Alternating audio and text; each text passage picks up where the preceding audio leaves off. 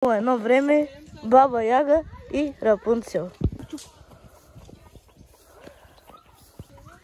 Здрасти, момче, какво ще искаш? Рачка му за грозди.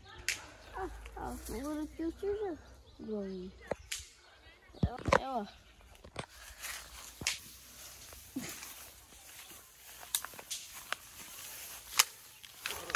Ау! Заповядай. Това грозди се казва Даниил.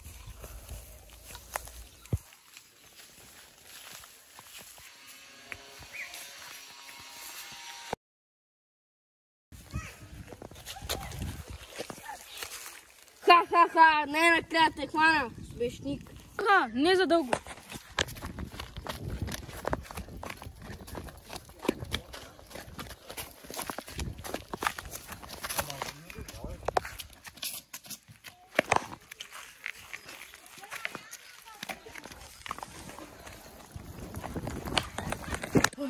Не можа да ме хване.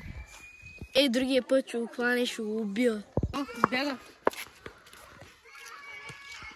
Идва! Сега ще го набарям.